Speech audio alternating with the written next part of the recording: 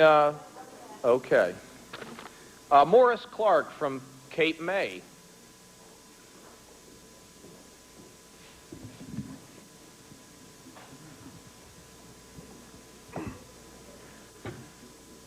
Thank you for the opportunity to be here today. Norris, get right in that microphone. I'm here today as a taxpayer to join the chorus of people that are declaring war on our national deficit. I believe strongly that we have to cut our federal spending because we're not spending our money anymore, we're spending our children's money. And this is not just bad economics, it's plain wrong. I think we have a good idea that I need to give credit to a gentleman by the name of Doug Hall, who I ran into while surfing on the internet. The idea is to have a national garage sale of some of our government's assets.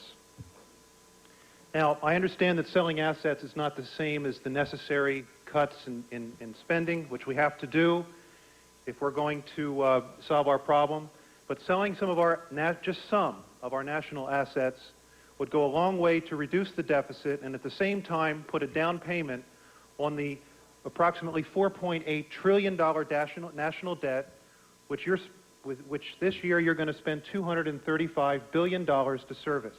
It's about 15% of the budget, and it's only that low because you financed a lot of it short term, low interest rates. Get behind this too, and that's why one more suggestion. Please put up in the House of Representatives, in the Senate, and even at the White House, one of those big deficit clocks, just like they have in New York City. And just put it up there and look at it, and maybe you could put right underneath it for the sake of our children and our grandchildren. I think that would help to get everyone behind the whole mission that we have before us. Thank you. Okay, questions for the witness. Let me just say that you've obviously done a lot of work on this.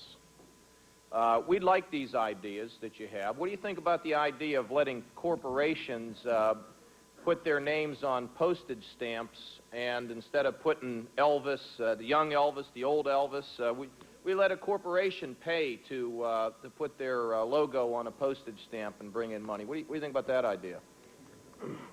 I haven't given that any thought, but anything, the important thing they like Elvis here, it sounds like. Yes, sir. As you know, we've got to look at something, we've got to look at ways that are going to bring everybody everybody's got to feel a part of this. And, you know, I just want to come up with something that will be across the board, comprehensive, and absolutely fair.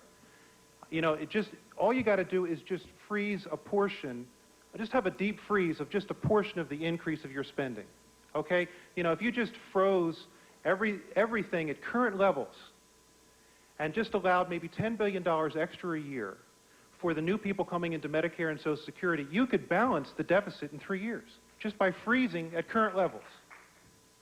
Very good. Gentleman from Pennsylvania, Mr. Walker. What would you think of the